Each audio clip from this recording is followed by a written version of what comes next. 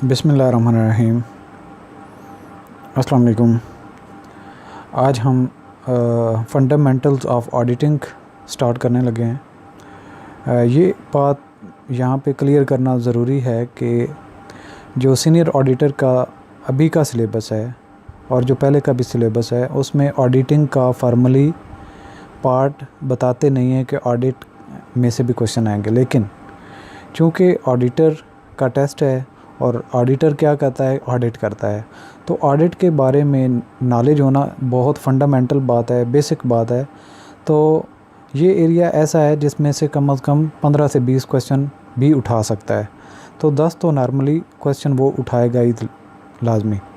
तो इस पार्ट को छोड़ना आपके लिए रिस्की हो सकता है, तो इसलिए मैंने ये अभी से स्टार्ट कर रहा हूँ ताकि इसको भी हम कंटिन्यू करते चलें और जो पार्ट हमारे ख़त्म होते जाएंगे फिर इसको भी हम स्पीड अप करके इसको भी ज़्यादा तेज़ी से कवर करने की कोशिश करेंगे। लेकिन जिनका अकाउंटिंग बेस्ड बैकग्राउंड नहीं है तो उनके लिए स्लो पॉइजनिंग ज़्यादा बेहतर है, बजाय इसके कि हम फास्ट ट्रैक पे इसको भी लेके चलें। तो जितने इसके लेक्चर 1 बाय 1 चलते जाएं, थोड़े से होंगे स्लो, लेकिन ये है कि जब भी इसका लेक्चर इसका मैं अपलोड करूं तो आप इसको थारोली अंडरस्टैंड करें और अपने कंसेप्ट को बिल्ड करें। तो नॉर्मली एक होता है कि सिर्फ एक स्टूडेंट वाला बी कॉम वाला जो है सब्जेक्ट जो ऑडिटिंग का, तो जो हम पढ़ेंगे वो उससे थोड़ा सा वो चीज़ें तो होंगी ही होंगी, लेकिन इसमें थोड़ी सी प्रोफेशनल चीज़ें भी होंगी जो नॉर्मली एक जो ऑडिटर के बारे में ऑडिटर को पता भी होना चाहिए कि वो जिस मैंडेट पे काम कर रहा है, जिस डिपार्टमेंट का ऑडिट कर रहा है, उसकी क्वालिफ़िकेशन पे वो पूरा उतरता है या नहीं उतरता। तो ये सारी फंडामेंटल्स जो भी इम्पोर्टेंट इसका एरिया होगा, मैं उसको इसमें कवर करने की कोशिश करूँगा।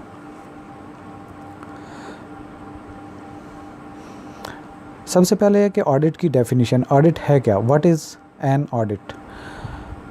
इसको अंडरस्टैंड करना बहुत ज़रूरी है। अगर आप ऑडिट की डेफिनेशन को अच्छे तरीके से अंडरस्टैंड कर जाएं तो आप इसका ये समझ लें कि आप इसके जो बाद के आने वाले सारे टॉपिक्स हैं उनको भी अच्छे तरीके से आसानी से समझ सकते हैं। Audit is an independent examination of financial statements. अब ऑडिट है क्या? ये तो चेकिंग करनी होती है, देखना होता है, जांच पड़ताल करनी होती है। एक फिर आता है इज़ एन इंडिपेंडेंट। इंडिपेंडेंट का मतलब ये कि वो किसी पे डिपेंड नहीं कर रहा होता ऑडिटर, उसकी एक अपनी राय होती है। और एग्जामिनेशन का क्या मतलब है? वो जांच पड़ताल करता है, देखता है किस चीज़ को, फाइनेंशियल स्टेटमेंट को। फाइनेंशियल स्टेटमेंट को किसकी फाइनेंशियल स्टेटमेंट होती है? वो एंटिटी जिसका वो ऑडिट कर रहा है। फिर उससे क्या फ़ायदा होता है? वो इसको जो ऑडिट होता है या जो एग्जामिनेशन ऑफ फाइनेंशियल स्टेटमेंट्स होता है वो ऑडिटर को इस काबिल बनाता है, यानी कि दैट एनेबल्स, किसको काबिल बनाता है? ऑडिटर को, कि वो एक्सप्रेस करे, राय दे, एन ओपिनियन, अपनी एक राय, वेदर आया कि the financial statement are prepared, के जो फाइनेंशियल स्टेटमेंट हैं वो तैयार की गई हैं इन ऑल मटेरियल रेस्पेक्ट, हर लिहाज से, in accordance with an identified and acceptable financial reporting framework, कि जो ऑडिटिंग का फ्रेमवर्क है, जो अकाउंटिंग के जो स्टैंडर्ड्स हैं उनके हिसाब से वो फाइनेंशियल स्टेटमेंट्स प्रिपेयर की गई हैं या नहीं। इस पे वो अपनी राय देने के काबिल हो जाता है जब वो फाइनेंशियल स्टेटमेंट्स को इंडिपेंडेंटली एग्जामिन करता है। फिर क्या है? इंटरनेशनल और local accounting standard, national legislation. तो जो मुल्की कानून होता है या जो इंटरनेशनल अकाउंटिंग स्टैंडर्ड होते हैं उनके जो है उनके तनाज़र में कि वो जो है फाइनेंशियल स्टेटमेंट्स सही तरीके से तैयार की गई हैं या नहीं। इसकी डेफिनेशन आप याद कर लें तो बहुत अच्छा है, क्योंकि आपको बार बार इस पे थोड़ा सा अंडरस्टैंड करना पड़ेगा कि हम करते क्या हैं ऑडिट में।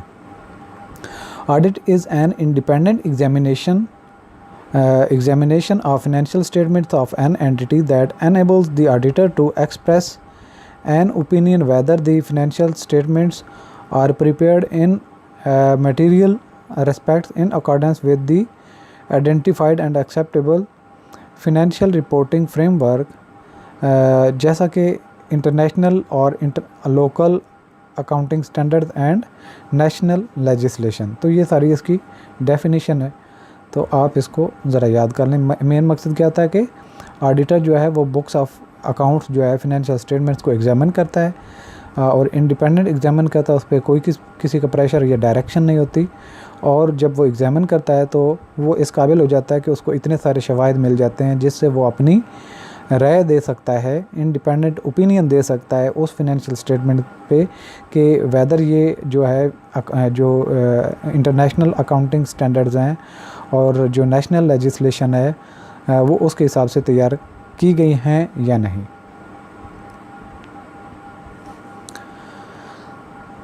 This view of audit is presented by ISA international standards on auditing 200। यानी कि ये बड़ा फंडामेंटल है जो ऑडिटिंग का जो ऑब्जेक्टिव है या जो ऑडिट का objective and general principles of governing. ये जो है इस ISA का जो है ये टाइटल है, objectives and general principles governing and audit of financial statement. तो सबसे पहले इसमें सारी गाइडलाइन दी गई हैं इंटरनेशनल स्टैंडर्ड्स ऑन ऑडिटिंग 200 पे, जिसमें वो ऑब्जेक्टिव यानी कि जो मकसद होता है एंड जनरल प्रिंसिपल और जो नॉर्मली प्रिंसिपल्स होते हैं ऑडिटिंग यानी कि जो फिनेंशियल स्टेटमेंट को ऑडिट करने के लिए जो ऑब्जेक्टिव होता है मकसद होता है और जो उसके जनरल प्रिंसिपल्स होते हैं वो ISA 200 में डिफाइन है। ISA 200 जो है उसी को डील करता है। The phrase used to express, यहाँ पे जो बात की गई है to express the auditor's opinion, यानी कि जो ऑडिटर है वो अपनी राय का इजहार करता है।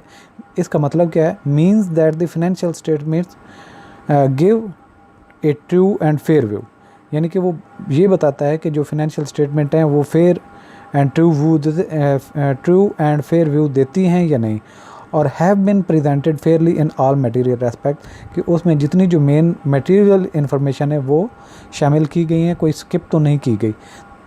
तो इस चीज़ पे वो जो ऑडिटर है अपनी एक राय देता है। तो इसी पे जो है ISA 200 जो है वो डायरेक्शन देता है, प्रिंसिपल्स बताता है कि क्या क्या ऑडिटर को जो ज़रूरी रिक्वायरमेंट है वो पूरी करनी चाहिए। True and fair presentation means, अब ये जो इम्पोर्टेंट टर्म है यानी कि जो आपके सही हक़ाइक़ हैं, true and fair presentation means यानी जो अकाउंटेंट है उसने जो फिनेंशियल स्टेटमेंट्स बनाई हैं वो ट्रू एंड फेयर प्रेजेंटेशन हैं या नहीं। इसका मतलब क्या है? That the financial statements are prepared, के जो फिनेंशियल स्टेटमेंट्स हैं वो तैयार की गई हैं and presented in accordance with the requirements of the applicable international financial reporting IFRs and local pronouncement legislation. तो मतलब ये कि true and fair view presentation का मतलब ये है कि वो सही तरीके से जो नेशनल और इंटरनेशनल जो रूल्स हैं, रेगुलेशंस हैं, उन के हिसाब से ही वो प्रेजेंट की गई हैं या नहीं, और उनमें कोई मटेरियल मिस स्टेटमेंट तो नहीं है। तो ट्रू एंड फेयर प्रेजेंटेशन का मतलब ये आता है। उसके बाद what we can understand as the essential features of an audit from the above definition and explanation are under. हमने जो ऊपर डेफिनेशन पढ़ी है उसको डिटेल में जो हमने मुख्तलिफ उसके एस्पेक्ट जो पढ़े हैं उससे कुछ निचोड़ निकलता। उसका निचोड़ क्या है? पॉइंट नंबर 1 है an auditor involves in examination of financial statements, the auditor is not responsible for the preparation of the financial statements. ये बात याद रखने वाली है कि जो ऑडिटर है वो फिनेंशियल स्टेटमेंट्स तैयार नहीं करता, बल्कि उसका मकसद होता है जब अकाउंटेंट फिनेंशियल स्टेटमेंट्स को तैयार कर लेता है तो ऑडिटर उनको एग्जामिन करता है। तो ये बात पहली याद रखने वाली है कि ऑडिटर जो है एग्जामिन करता है, ना कि वो फिनेंशियल स्टेटमेंट प्रिपरेशन की कोई ज़िम्मेदारी उसकी नहीं है। पॉइंट नंबर 2 जो हमने ऊपर पढ़ा उसका मतलब जो निकलता है, the end results of an audit is an opinion to assist the user of financial statements. Auditing therefore relies heavily on professional judgment, not merely on the facts. तो दूसरी बात ये है कि जो ऑडिटर जो ऑडिट करने का मतलब होता है या मकसद होता है वो ऑडिटर अपनी इंडिपेंडेंट ओपिनियन देता है, और उसकी इंडिपेंडेंट जो ओपिनियन होती है वो ये जो फैसला करने वाले होते हैं उस बिज़नेस के मुतालिक, आया इस बिज़नेस में इन्वेस्टमेंट करनी चाहिए नहीं करनी चाहिए, इस बिज़नेस में लॉस हो रहा है या क्या हो रहा है, तो वो सारे के सारे ऑडिटर की ओपिनियन को देखते हैं। अगर ऑडिटर की ओपिनियन अच्छी है, इट्स मीन कि वो बिज़नेस ग्रो भी करेगा और उसके जो उसके एडमिनिस्ट्रेशन है, उसका जो ऑपरेशन है वो ठीक चल रहा है, तो वो उसकी इन्फॉर्मेशन पे रिलाई कर सकते हैं फ्यूचर में। तो जो उसकी ओपिनियन है वो बड़ा की रोल अदा करती है इन्वेस्टर्स के लिए या जो स्टेक होल्डर्स हैं उनके डिसीजन मेकिंग के लिए। नेक्स्ट पॉइंट जो हमने ऊपर डेफिनेशन से सीखा या समझा या जो उसमें बात की गई, the auditor's opinion makes references to true and fair view और fair presentations, but true and fair is again a matter of judgement, it is not precisely defined for auditor. ये जो फेयर एंड जो true and fair view की जो बात है, ये बड़ी एक गहरी बात है, ये जो जजमेंट पे मैटर करती है। और ट्रू एंड फेयर व्यू का मतलब ये है कि अगर ऑडिटर अपने काम से जो वो कंडक्ट करता है, एग्जामिन करता है फाइनेंशियल स्टेटमेंट्स को, उनसे वो सेटिस्फाई होता है कि वो फाइनेंशियल स्टेटमेंट्स एज़ पर जो requirements of laws, rules, pronouncement, legislation की हैं, उसके हिसाब से ही वो प्रिपेयर की गई हैं। नेक्स्ट पॉइंट है, in order to make the user of the auditor's report able to feel confident in relying on such report, the auditor should be independent of the entity। तो ऑडिटर जो है वो independent होना चाहिए ताकि जो stake holders उसके opinion पे अपने डिसीजन मेक कर रहे हैं, ताकि वो सेटिस्फाई हों और वो फील करें कि हम जिस पे डिसीजन ले रहे हैं वो ठीक है। तो इसलिए जो ऑडिटर है उसका इंडिपेंडेंट होना ज़रूरी है। ये नहीं है कि मैनेजमेंट के प्रेशर में आके कोई अपनी अच्छी ओपिनियन दे, बल्कि वो जो सब्सटेंटिव टेस्टिंग वगैरह करता है, उसके बाद जो एविडेंस हासिल करता है, उस एविडेंस की बेस पे वो अपनी ओपिनियन दे। Independent essentially means that the auditor has no significant personal interest in the entity, कि उसका ऑडिटर का उस बिज़नेस में कोई पर्सनल लालच या लगाव नहीं है जिससे वो उसकी स्टेटमेंट के बारे में अच्छे अच्छे अल्फाज चुन के लिखे बताए, बल्कि वो इंडिपेंडेंट होना चाहिए, जो वो देखे वही वो इजहार करे अपनी ओपिनियन में। This allows an objective professional view to be taken. तो इसका मतलब ये कि जो ऑडिटर है वो ऑब्जेक्टिव भी होना चाहिए और उसकी प्रोफेशनल अप्रोच भी होनी चाहिए।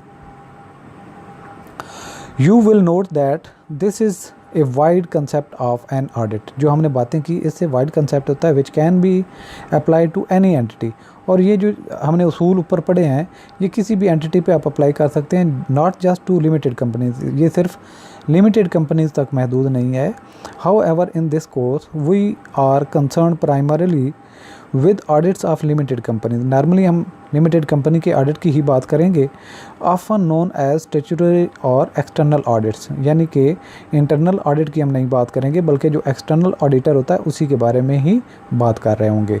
Any other audit application will be clearly indicated for you in the text.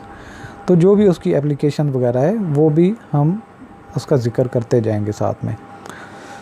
अच्छा जी, ये तो हमने ऑडिट की जो डेफिनेशन पढ़ी, ऑडिटर की ज़िम्मेदारी क्या होती है, ऑडिटर का मकसद क्या होता है, ऑडिट करने का मतलब क्या होता है, ऑडिट करने से जो ऑडिटर ओपिनियन देता है उसकी अहमियत क्या होती है, ये बातें हमने पढ़ ली कि ऑडिट है क्या। Why is there a need for an audit. Audit करवाना ज़रूरी क्या है, इसकी अहमियत क्या है, ऑडिट ना करवाया जाए तो क्या हो सकता है, करवाने के फ़ायदे क्या हैं। तो अब हम इस पे ज़रा डिस्कशन करते हैं। The problem that has always existed at the time when the manager reports to the owners is that whether the owners will believe the report और नॉट। वो ये सबसे पहली जो बात होती है कि उस रिपोर्ट पे जो ऑनर्स हैं वो रिलाई कर सकते हैं या नहीं। तो ऑनर्स कौन होते हैं, जो शेयर होल्डर्स होते हैं। और ऑडिट कौन कंडक्ट करवाता है, अपॉइंट शेयर होल्डर्स ही करते हैं, लेकिन वो कर किसका रहे होते हैं, मैनेजमेंट का, क्योंकि मैनेजमेंट ने ही फाइनेंशियल स्टेटमेंट बनाई होती हैं, उन्होंने ही बिज़नेस को चलाया होता है और उसी की कारकर्दगी पे ही फाइनेंशियल स्टेटमेंट बनी होती है और उस फाइनेंशियल स्टेटमेंट को ही ऑडिटर ऑडिट करने के बाद अपनी ओपिनियन देता है। तो इसलिए जो मालिकान हैं कंपनी के, वो उससे मुतमईन होने चाहिए, क्योंकि अगर ऑडिटर अच्छा काम करेगा तो कंपनी के मालिकान जो कि शेयर होल्डर्स होते हैं उनको ही फ़ायदा होगा। अगर वो सही तरीके से काम नहीं करेगा तो अल्टीमेटली उसका जो रिस्क एंड लॉसेस होंगे वो भी कंपनी के मालिकान को ही होगा। This is because the report में क्या चीज़ें हो सकती हैं, कंटेन एरर्स, उसमें गलतियां भी हो सकती है, नॉट डिस्क्लोज फ्रॉड, और वो हो सकता है कि ऐसी रिपोर्ट हो जिसमें फ्रॉड को हाईलाइट ना किया हो, बी इनएडवर्टेंटली मिसलीडिंग, कोई इरादतन भी इस तरीके से कोई वो फिगर्स इनपुट कर सकते हैं जिससे जो डिसीजन मेकर हैं वो देख के ये समझे कि आने वाले वक्त में इस बिज़नेस में बहुत प्रॉफिट होने वाला है, जबकि इनफैक्ट उसमें ऐसी कोई बात ना हो। तो ये चीज़ भी ऑडिटर की ओपिनियन से रिपोर्ट में ये चीज़ आ सकती है। बी डेलिब्रेटली मिसलीडिंग, जानबूझ के भी ऑडिटर कुछ ऐसी टर्मिनोलॉजी लिख सकता है जिससे वो जो उसका मकसद हो कि जो डिसीजन मेकर हैं वो मिसलीड हो जाएं और उसमें इन्वेस्टमेंट करें या वो अपनी इन्वेस्टमेंट निकाल लें। तो जब वो फैक्ट्स एंड फिगर्स से हट के बात करेगा तो इट्स मीन कि वो जानबूझ के जो है स्टेक होल्डर्स को मिसलीड कर रहा है। नेक्स्ट पॉइंट है fail to disclose relevant information, और ये भी हो सकता है कि ऑडिटर में इतनी कैपेबिलिटी ना हो और वो रेलिवेंट इन्फॉर्मेशन जो देनी चाहिए थी वो ना दे पाए। Fail to confirm to the regulation, और ये भी हो सकता है कि जो ऑडिटर को रूल्स एंड रेगुलेशन को फॉलो करना चाहिए था वो ना कर पाए, और ये भी हो सकता है कि वो company he rules and regulations को फॉलो ना कर पा रही हो। The solution to this problem of the credibility in reports and accounts lies in appointing an independent person called an auditor to examine the financial statements and report on his finding। तो ये बात इन जो outcomes हैं, जो financial statement में जो drawbacks हो सकते थे, तो ये सारी की सारी चीज़ें जो हैं उनको एनकाउंटर करने के लिए, उनको कवर अप करने के लिए जो रिपोर्ट्स फाइनेंशियल स्टेटमेंट्स वगैरह में गलतियां हो सकती हैं, मिसलीडिंग हो सकती हैं, गलत जानबूझ के कुछ ऐसी चीज़ें डाली जाती हैं, तो इस चीज़ पे ओवरकम करने के लिए एक ऐसे शख्स का इंतखाब किया जाता है जिसकी उस काम में, यानी कि फाइनेंशियल स्टेटमेंट में जो इन्फॉर्मेशन दी होती हैं उनको एग्जामिन करने की सलाहियत होती है। वो बड़ा एक्सपर्ट होता है और वो इंडिपेंडेंट होता है, उसको अलग से उसकी पेमेंट मिल जाती है काम करने की, लेकिन उसको बाकी जो है उससे कोई सरोकार नहीं होता, वो इंडिपेंडेंट होता है। तो ऐसा बंदा जो है वो अपनी जब ऑडिट करता है, एग्जामिन करता है, तो वो उस फाइनेंशियल स्टेटमेंट के बारे में बताता है कि ये रिलायबल हैं या नहीं, इनकी जो इन्फॉर्मेशन दी गई हैं उसकी बेस पे डिसीजन कोई लेना चाहिए या नहीं लेना चाहिए। A further point is that modern companies can be very large with multinational activities। ये भी हो सकता है कि कंपनियां बहुत बड़ी बड़ी हों। The preparation of accounts of such groups is very complex operation involving the bringing together and summarizing of accounts of subsidiaries with different conventions, legal systems and accounting and control system। अगर company बहुत बड़ी हो, उसके controlling company भी हो, subsidiary company भी हो, तो उसके जो अकाउंट्स बनेंगे वो बड़ी कॉम्प्लिकेटेड होंगे, वास्ट होंगे। तो ये भी प्रॉब्लम हो सकता है मॉडर्न दौर के जो बिजनेसेस हैं। The examination of such accounts by independent experts who are trained in the assessment of financial information is of the benefit to those who control and operate such organizations as well as owners and outsiders। अब देखें, इतनी बहुत बड़ी company हो तो उसके जो management है और जो उसके ऑनर्स हैं, आपको पता होना चाहिए कि जो मैनेजमेंट होती है वो मैनेजर्स, डायरेक्टर्स, सीईओज़ होते हैं और जो मालिकान होते हैं वो शेयर होल्डर्स होते हैं। तो जो इंडिपेंडेंट ऑडिटर्स होता है वो जब इतनी कम्प्लेक्स ऑर्गेनाइजेशन का ऑडिट करता है तो उससे मालिकान जो है, शेयर होल्डर्स हैं, उनको भी फ़ायदा होता है और जो मैनेजर्स होते हैं उनको भी फ़ायदा होता है। उनको भी पता चल जाता है कि बिज़नेस में क्या कम्प्लेक्सिटीज़ हैं, कहाँ पे गलती हुई, उसकी करेक्शन कैसे की जाए, और उस पर अगर बिज़नेस में कहीं जो है इंटरनल कंट्रोल वीक है, चेक एंड बैलेंसेस पे जो है मज़ीद बढ़ाने चाहिए, तो वो मज़ीद मेजर्स लेके उसकी परफॉर्मेंस फ्यूचर में बेहतर कर सकते हैं। Many financial statements must conform to statutory or other requirements। तो कई सारी जो फिनेंशियल स्टेटमेंट है वो स्टेचुटरी जो रिक्वायरमेंट है, जो कानूनी जो हैं रूल्स एंड रेगुलेशन है, जो इंटरनेशनल अकाउंटिंग स्टैंडर्ड्स हैं, उनको फॉलो करना ज़रूरी होता है। The most notable is that all company accounts have to confirm to the requirements of the companies ordinance 1984। तो जितनी भी फिनेंशियल स्टेटमेंट बने कि पाकिस्तान में जो कंपनी ऑर्डिनेंस 1984 है उसको फॉलो करना चाहिए, जो उसके रूल्स हैं। But many other bodies like charities, building societies, financial services, businesses have detailed accounting requirements as required by the relevant legislation। तो जो ये दूसरी हैं जो एंटिटीज़ जिनके बारे में अभी बात नहीं की है, चैरिटीज़ हैं, बिल्डिंग सोसाइटीज़ हैं, फिनेंशियल सर्विसेज है, तो इनके लिए भी अलग से लेजिस्लेशन है, जो रूल्स हैं उनको भी फॉलो करने होते हैं। In addition all accounts should confirm to the requirements of international financial reporting standard. और ये जितनी अपनी फिनेंशियल स्टेटमेंट्स वगैरह बनाएंगे तो वो जो इंटरनेशनल रूल्स हैं, फिनेंशियल रिपोर्टिंग स्टैंडर्ड्स हैं, उनको फॉलो करना ज़रूरी होता है। It is essential that an audit of financial statement should be carried out to ensure that they confirm to these requirement. तो फिनेंशियल स्टेटमेंट का जो है ऑडिट होना चाहिए, और उसका मकसद ये है कि जो आने वाली हम पॉइंट्स बताएंगे उनकी रिक्वायरमेंट जो है वो पूरी हो सके। अच्छा जी, what is the distinction between auditing and accounting? Audit क्या है, अकाउंट्स क्या है? तो अकाउंटिंग आपको ये बताऊं कि जो इंफॉर्मेशन होती है बिज़नेस की, जो बिज़नेस की डीलिंग्स होती हैं, सेल परचेज़ हो रही होती है, बिज़नेस की सारी एक्टिविटीज़ होती हैं, जो उसके एक्सपेंडिचर्स होते हैं, रेवेन्यूज़ होते हैं, ये सारी की सारी जो ट्रांजैक्शंस होती हैं उनको रिकॉर्ड करना, उनको क्लासीफाई करना, उनको समराइज़ करना, उनको रिपोर्ट करना और उनको इंटरप्रेट करना, ये सारे का सारा अकाउंटिंग में आता है। और उनकी फ़ाइनेंशियल स्टेटमेंट वगैरह जो सारा बनाना जो है ये अकाउंटिंग में आता है।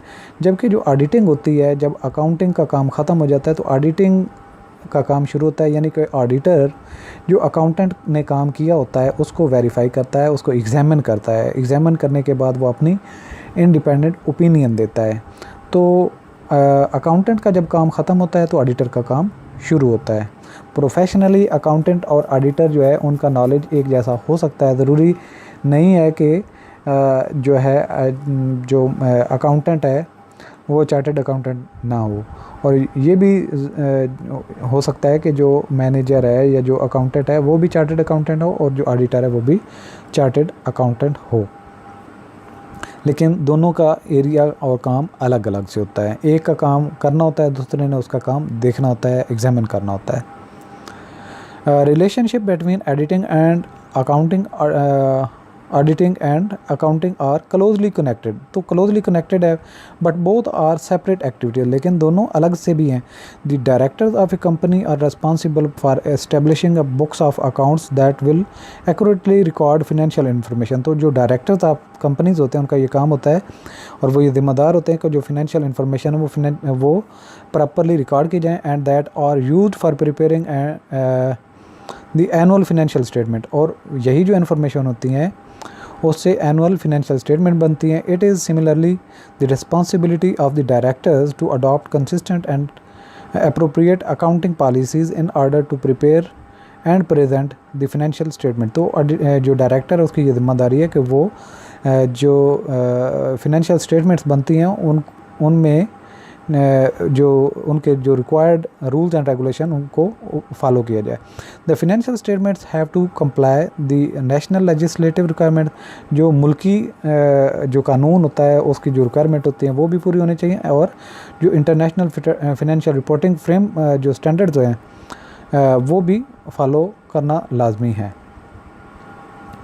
Accounting is the process of accounting की अब यहाँ पे definition, accounting is the process of recording, classifying, summarising and reporting financial information in logical systematic manner for the purpose of decision making. तो जिससे डिसीजन मेकिंग की जा सके। जैसे कि हमने अकाउंटिंग की पहले डेफिनेशन भी पढ़ी थी कि जब एक चीज़ टेक प्लेस होती है तो हम उसको रिकॉर्ड करते हैं, फिर उसको क्लासीफाई करते हैं, cash, non cash, asset, expense, जैसी भी उसकी होती है, और उसकी फिर समरी बनाते हैं यानी फिनेंशियल स्टेटमेंट बनती है। फिर उसकी रिपोर्टिंग करते हैं उन इन्फॉर्मेशन की, और उन्हीं इन्फॉर्मेशन की बेस पे डिसीजन मेकिंग कर रहे होते हैं stakeholder. To provide relevant and reliable information, accountants must have thorough understanding of the principles and rules that provide the basis for preparing the financial statement। तो जो accountant है उसको जो फिनेंशियल स्टेटमेंट प्रिपेयर करने के लिए जो rules and regulation और प्रिंसिपल्स हैं उनका थारोली पता होना चाहिए ताकि वो प्रॉपरली अपने फिनेंशियल स्टेटमेंट को उनके मुताबिक तैयार कर सके। इन ऑडिटिंग में क्या होता है? The financial statements the concern is with determining whether the presented financial statements properly true and fair reflect the financial information that occur during the accounting period. Auditor का काम और एडिटिंग का काम ये होता है कि जो अकाउंटेंट ने सारी इन्फॉर्मेशन रिकॉर्ड करने के बाद, क्लासीफाई करने के बाद रिपोर्ट की थी फिनेंशियल स्टेटमेंट में, वो ठीक है या नहीं ठीक। Since auditors are primarily concerned with the end result of this work, तो ऑडिटर का काम क्या ये होता है कि ये देखना कि ये ठीक है या नहीं, ट्रू एंड फेयर व्यू देती हैं या नहीं। Do the financial statement show A true and fair view, उसका मकसद क्या होता है? सिर्फ ये बताए कि जो फाइनेंशियल स्टेटमेंट हैं वो ट्रू एंड फेयर व्यू दे रही हैं या नहीं दे रही।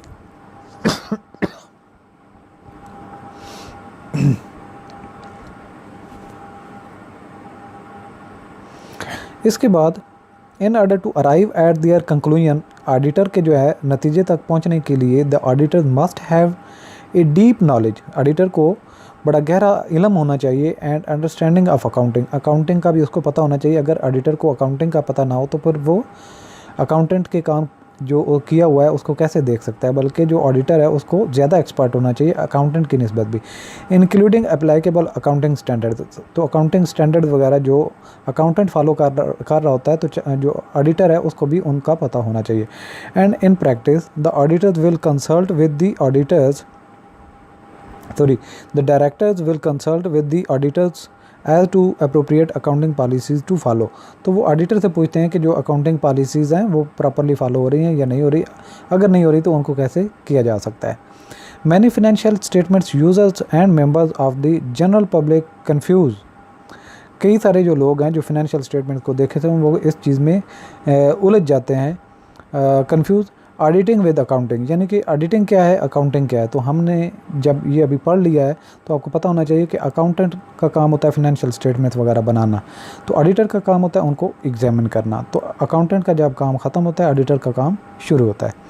The confusion results because most auditing is concern with accounting information, कई इस वजह से भी जो है कंफ्यूज हो जाते हैं कि जो ऑडिटर होता है वो अकाउंटिंग की इन्फॉर्मेशन को ही यूज़ कर रहा होता है। And many auditors have considerable expertise in accounting matter, क्योंकि ऑडिटर ने अकाउंटेंट का ही काम देखना होता है और दोनों की क्वालिफ़िकेशन भी रेलिवेंट ही होती है, तो इसलिए जो ऑडिटर होता है उसको एक्सपर्टीज़ होती है अकाउंटिंग के नॉलेज में, इसलिए उसको समटाइम ये समझा जाता है कि ऑडिटर और अकाउंटेंट में कोई फ़र्क नहीं। The confusion is increase by giving the title chartered accountant, जब चार्टेड अकाउंटेंट का टाइटल दे दिया जाता है तो भी एक कन्फ्यूज़ होता है, क्योंकि एक ऑडिटर हो सकता है कि वो चार्टेड अकाउंटेंट हो, तो जब है वो ऑडिटर लेकिन उसके नाम के साथ लगा हो कि चार्टेड अकाउंटेंट, तो ये समझा जाएगा कि वो भी अकाउंटेंट है लेकिन वो होता ऑडिटर है। To individual performing a major portion of the audit function. अच्छा जी, who can be an auditor, auditor कौन हो सकता है, किस तरह की कंपनी हो तो कौन किस तरह का ऑडिटर होना चाहिए, ये भी एक बड़ा इम्पॉर्टेंट टॉपिक है जिसके बारे में आपको पता होना चाहिए और इम्पॉर्टेंट है, यहाँ से क्वेश्चन भी आ सकता है। For appointment as auditor of, अगर अपॉइंटमेंट करनी है एक पब्लिक कंपनी हो तो a private company which is subsidiary of the public company, अगर आपने ऑडिटर लगाना है पब्लिक कंपनी का या फिर एक ऐसी कंपनी जो कि सब्सिडरी है पब्लिक कंपनी की, या फिर a private company having paid up capital of 3 million rupees और मोर, यानी कि एक कंपनी का कैपिटल जो है शेयर की जो कीमत है 30 लाख से ज़्यादा है, यानी कि 3 कैटेगरी अभी तक हमने पढ़ी हैं, एक तो पब्लिक कंपनी, एक सब्सिडरी ऑफ पब्लिक कंपनी यानी कि जो under control of public company चल रही है, और पब्लिक कंपनी वो होती है जिसके शेयर होल्डर्स की तादाद 7 से लेके अनलिमिटेड होती है, और वो कंपनी जिसका पेड अप कैपिटल जो है 3 मिलियन से ज़्यादा हो, 3 मिलियन मीन 30 लाख, अगर इस तरह की कंपनियों के लिए जो ऑडिटर रखना है, फिर क्या होगा, the person must be A chartered accountant. जो हमने 3 कंपनियों का जिक्र किया, उसके लिए जो आप ऑडिटर रखेंगे वो चार्टर्ड अकाउंटेंट ज़रूरी है कि वो हो। With in the meaning of the chartered accountant ordinance 1961, chartered accountant की जो डेफिनेशन है वो या इस ऑर्डिनेंस में दी गई है। For listed companies an auditor must have A satisfactory QCR quality control review rating issued by ICAP, Institute of Chartered Accountants of Pakistan। ICAP का मतलब है, और यहाँ पे ये कहा गया है कि जो लिस्टेड कंपनी है, जो कंपनी स्टॉक एक्सचेंज पे लिस्टेड है, तो उसके लिए जो है ऑडिटर उसकी क्वालिटी सेटिस्फैक्ट्री रिपोर्ट भी होनी चाहिए, QCR रेटेड होना चाहिए। ICAP ऐसा इंस्टीट्यूट है जहाँ पे चार्टर्ड अकाउंटेंट पैदा होते हैं, यानी कि वो वहीं पे से जो पढ़ के निकलते हैं चार्टर्ड अकाउंटेंट्स, और जो भी ऑडिटर्स होते हैं, ऑडिटिंग की फर्म्स होती हैं, उनकी भी वर्किंग की क्वालिटी देखी जाती है। उनकी क्वालिटी की बेस पे उनको QCR क्वालिटी कंट्रोल रिव्यू उनकी रिपोर्ट पब्लिश की जाती है। जितना अच्छा ऑडिटर होगा उसका उतना रिव्यू अच्छा होगा, उसकी इतने ही सेटिस्फेक्शन ज़्यादा होगी जितना ही वो क्वालिटी का काम करेगा। तो ICAP जो है ऑडिटर्स की क्वालिटी जो है वो रिव्यू करती रहती है, उनकी QCR रेटिंग होती है। जो QCR रेटिंग याफ्ता जो चार्टर्ड अकाउंटेंट है वही पब्लिक कंपनी का, सब्सिडरी ऑफ पब्लिक कंपनी का, या ऐसी लिमिटेड कंपनी जिसका पेड अप कैपिटल 30 लाख से ज़्यादा का हो, तो उसकी जो ऑडिटर होगा वो चार्टर्ड अकाउंटेंट होना चाहिए। और लिस्टेड कंपनी के लिए ये भी शर्त है कि वो ऑडिटर जो है वो QCR उसकी जो है रेटिंग इशू हुई हो ICAP से। तो आज का लेसन जो है हमारा जो इंट्रोडक्शन पे था, जिसमें हमने ऑडिटिंग की डेफिनेशन भी पढ़ी, और जो ऑडिटर कौन सा हो सकता है, ऑडिटर अकाउंटिंग और ऑडिटिंग में डिफरेंस क्या है और कंफ्यूज क्यों होते हैं, और इसके अलावा दोनों की डेफिनेशन, ऑडिटिंग की डेफिनेशन क्या है, अकाउंटिंग की डेफिनेशन क्या है, ये हमने चीज़ें पढ़ी, बेसिक चीज़ें पढ़ी। आगे हम चलते जाएंगे और आपको भी एज ए ऑडिटर और ऑडिटर के एग्ज़ाम के पॉइंट ऑफ व्यू से आपका नॉलेज भी बढ़ता जाएगा, और आपकी भी जो है प्रोफेशनल अंडरस्टैंडिंग बढ़ती जाएगी। अगर आप नॉन प्रोफेशनल स्टूडेंट हैं जिसने पहले ऑडिटिंग वगैरह नहीं पढ़ी, तो उसके लिए बड़ा कारआमद होने वाला है। तो आप मुझे फॉलो करते रहिए और चैनल को ज़रूर सब्सक्राइब करें और दूसरों के साथ भी शेयर करें, ताकि दूसरों को भी फ़ायदा हो और आप तक भी लेटेस्ट वीडियोस पहुंचती रहें। Thanks for watching. अल्लाह।